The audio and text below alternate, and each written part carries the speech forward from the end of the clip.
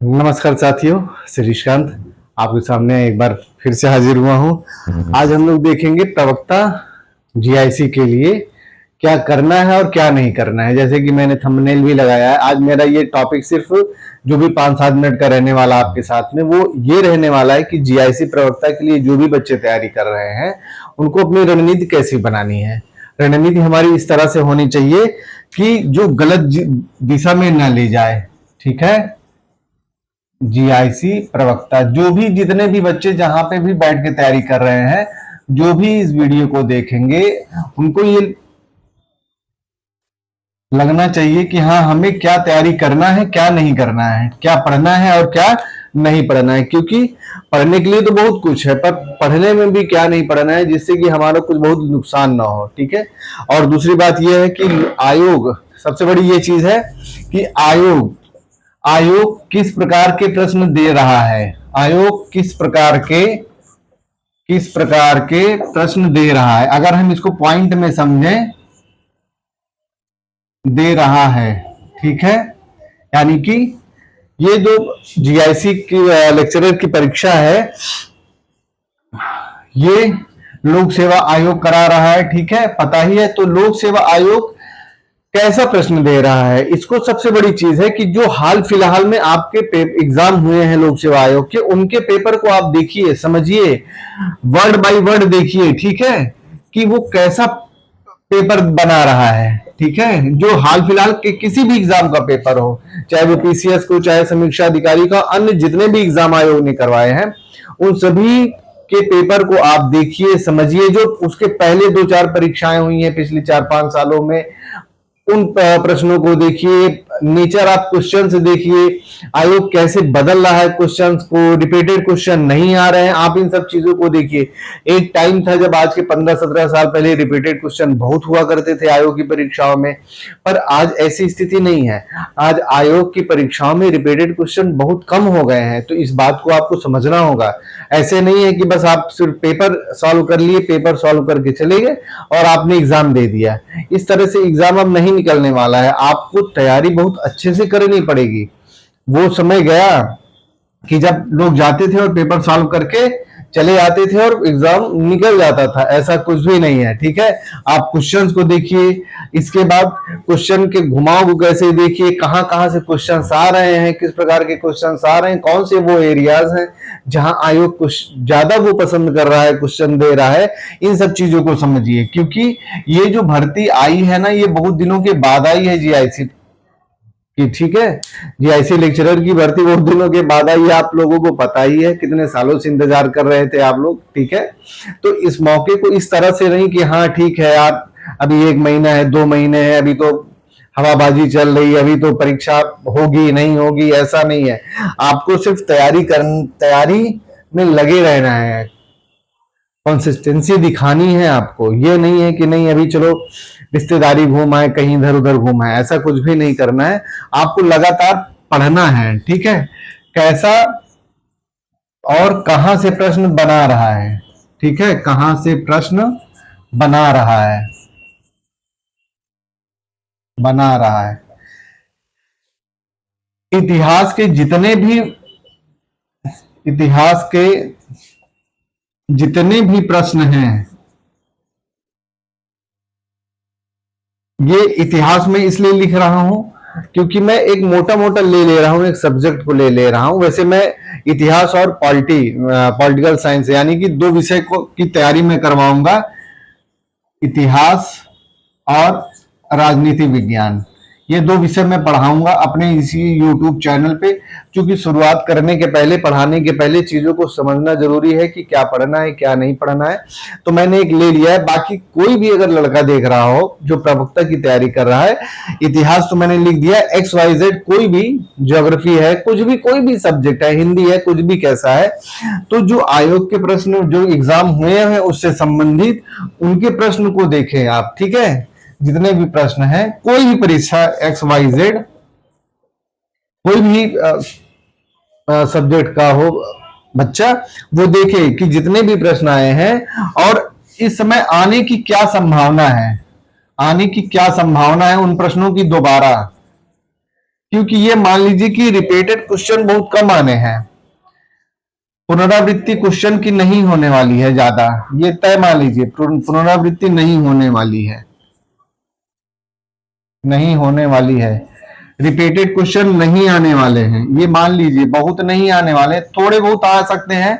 मान लीजिए कि 30% के इर्द गिर्द में टोटल नंबर ऑफ क्वेश्चन जितने भी हैं, ठीक है, मान लीजिए 125 है, मोटा मोटा मैं कुछ भी मान ले रहा हूं, 100 मान लीजिए या 125 या 150 जो भी मानना हो क्वेश्चन नंबर, उसका 30 to 35% ही रिपीटेड क्वेश्चन आएंगे।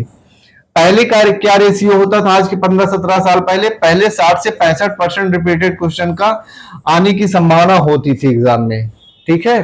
तो ये रेशियो बदल चुका है, आयोग के हर एग्जाम में बदल चुका है। मेरे कई सारे मित्र हैं जो हैं आयोग की परीक्षाओं में सफल हुए हैं, लेक्चरर हैं, कई जगह पे पोस्टेड है, तो इसलिए मैं बता रहा हूं कि अब वो नहीं होने वाला है। तो उसको जितने भी लेक्चरर के लड़के तैयारी कर रहे हैं, जो सीरियस देने वाले हैं, उनको ये गलती नहीं करना है।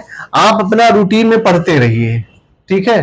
पढ़ने का ये मतलब नहीं कि आपको 12 से 15 घंटे पढ़ना, ये सब बेकार की बातें, ऐसा कुछ भी नहीं। 12-15 घंटे आपको नहीं पढ़ना है। एक सामान्य तौर पे जिसका जो भी मन करे वैसे ही पढ़ सकता है। किसी को 12 बजे रात में पढ़ना है, किसी को सुबह 4 बजे पढ़ना है, किसी को 8 बजे रात में पढ़ना है, किसी को सारी रात पढ़ना है, किसी को सारा दिन खेलना है, सारी रात पढ़ना है, वो कैसा भी पढ़ ले। हर व्यक्ति का माइंड, हर लड़के का माइंड अलग होता है, नेचर माइंड अलग होता है। किसी को रात में पढ़ना अच्छा लगता है, किसी को सुबह पढ़ना अच्छा लगता है, वो आप अपने अनुसार कैसे भी कर ले। हाँ, लेकिन मोटा मोटा 5 से 6 घंटे आप पढ़ते रहिए। मेरा ऐसा मानना है कि 5 से 6 घंटे अगर आप पढ़ेंगे लगातार, तो बहुत आराम से पेपर निकल जाएगा। कोई बहुत आपाधापी वाला पेपर नहीं आता है, या कोई बहुत आसमान से ऐसे क्वेश्चन आ जाते हैं, ठीक है। गलती कहां पे होती है? गलती यहां पे होती है कि हम एक दूसरे के पीछे लग जाते हैं, पीछा करने लगते हैं। एक लड़का है, अगर वो आपके साथ में रह रहा है, उसने बता दिया कि मैं 15 घंटे पढ़ रहा हूं, तो आपका सर पढ़ लेता है, अरे यार ये 15 घंटा पढ़ रहा, मैं कैसे 15 घंटा पढ़ूं। ऐसा कुछ भी नहीं करना है, आपको किसी का पीछा नहीं करना है। आप अपने में सबसे अच्छे हैं, इस बात को जान लीजिए। आप जैसे भी हैं, जिस तरह से हैं, वो सबसे अच्छे हैं, किसी का पीछा नहीं करना है। आप अपनी तैयारी को असली रूप दीजिए, अपने मन मुताबिक दीजिए, अपने अनुसार दीजिए, अपनी व्यवस्था के अनुसार दीजिए, क्योंकि आपकी व्यवस्था बिल्कुल अलग है। हर व्यक्ति की व्यवस्थाएं अपनी अलग अलग होती है, तो वैसे हर लड़के की अपनी एक व्यवस्था है, ठीक है। अपने तरीके से पढ़िए, ठीक है, अपने तरीके से पढ़ने की कोशिश करिए, पढ़ने की कोशिश करिए, पढ़ने की कोशिश करें, ठीक है। अपने तरीके से जब आप पढ़ेंगे तो आपको मजा आएगा, जॉय आएगा, इंजॉय आएगा। पढ़ाई को बोझ समझ के सिर्फ टालने के लिए मत पढ़िए, पढ़ाई टालने के लिए नहीं है, पढ़ाई आपकी जीवन दाता है। आप पढ़ेंगे, जो बच्चे पढ़ना चाहते हैं, किसी फील्ड में करना चाहते हैं, तो पढ़ाई को बोझ मत समझे। पढ़ाई अपने में बहुत अच्छी चीज होती है, ठीक है। भाई आप घर बैठे पढ़ रहे हैं, बाहर कोई दूसरी जगह पे रिक्शा खींच रहा है, कोई मजदूरी कर रहा है, वैसी स्थिति तो नहीं है ना आपके सामने। तो क्या करना है, अपने तरीके से पढ़ने की कोशिश करिए, किसी के पीछा मत करिए। मैं फिर से कह रहा हूं, जिसको 12-15 घंटा जैसा पढ़ना है, कोई रात में पढ़ रहा है, कोई दिन में पढ़ रहा है, वो मत करिए। आप अपने तरीके से पढ़िए, क्योंकि यू आर द बेस्ट, आप अपने में बेस्ट हैं। ऐसी गलती कभी मत करिए कि हाँ हम उसका पीछा करेंगे और उसको हम पीछे कर देंगे। आपको उसको पीछे नहीं करना है, ठीक है। स्वयं को सिद्ध करना है, ठीक है ना। स्वयं को सिद्ध करने के लिए, और ये सिद्ध प्रमाण कौन देगा? वो आपका आयोग देगा, कोई लड़का नहीं देगा। ये लड़कों की सबसे बड़ी कमी है, ठीक है। क्या कहने का ये मतलब है, क्योंकि आपको किसी लड़के से प्रमाण नहीं लेना है कि यार तुम बहुत अच्छा पढ़ रहे हो, तुम ये कर डालोगे, तुम वो कर डालो। उस लड़के को पेपर नहीं बनाना है ना, वो लड़का आपको सर्विस देने वाला। कोई भी नातेदार, रिश्तेदार, मित्र आपको सर्विस नहीं देने वाला। सर्विस कौन देने वाला है? आयोग। आयोग में आप अपनी प्रमाणता सिद्ध करिए, आप अपने को प्रमाणित कर दीजिए आयोग में कि you are qualified and you are eligible to get the service. खत्म कहानी, सीधी सी बात है, और कुछ भी आपको नहीं करना है, ठीक है। किसी के बहकावे मत आइए कि तुम ऐसा कर डालो, वैसा कर डालो, ऐसा हो जाएगा। मैंने फिर से कहा कि स्वयं को सिद्ध करने के लिए, यानी कि मैं पढ़ रहा हूं, स्वयं को सिद्ध करने के लिए दूसरे को प्रमाणित करना जरूरी नहीं है। आपको आयोग को प्रमाणित करने दीजिए और आयोग ही करेगा, ठीक है, क्योंकि परीक्षा आयोग से मिलनी है, ठीक है। वर्तमान स्थिति में संतुलन बनाकर चलें।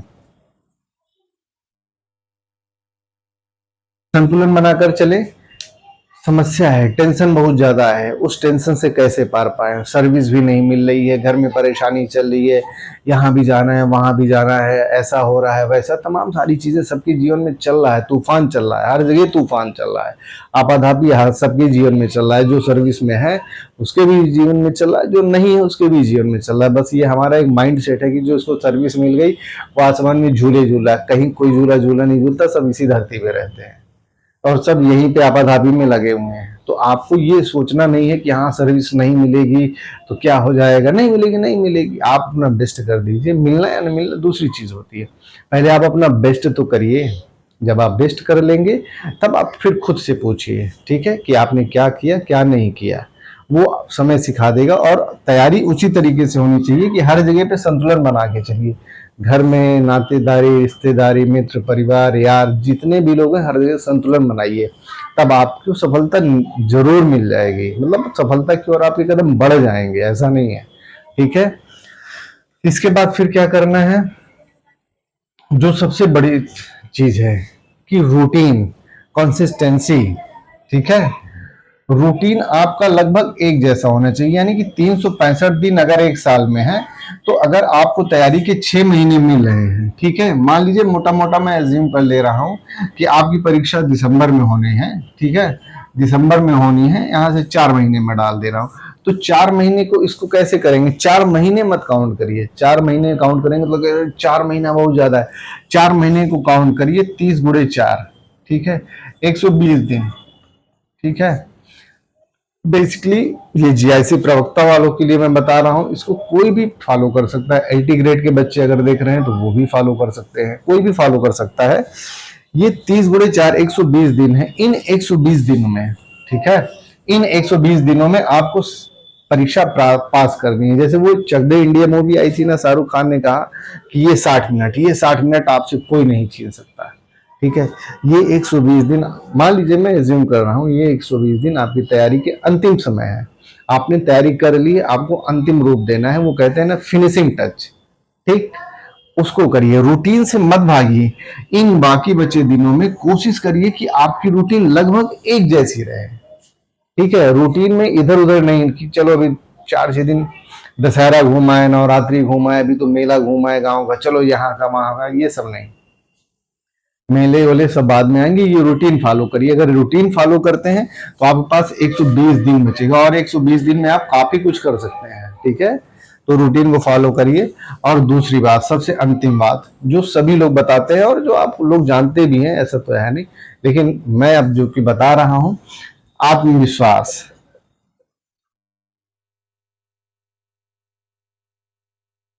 आत्मविश्वास आपका जबरदस्त होना चाहिए।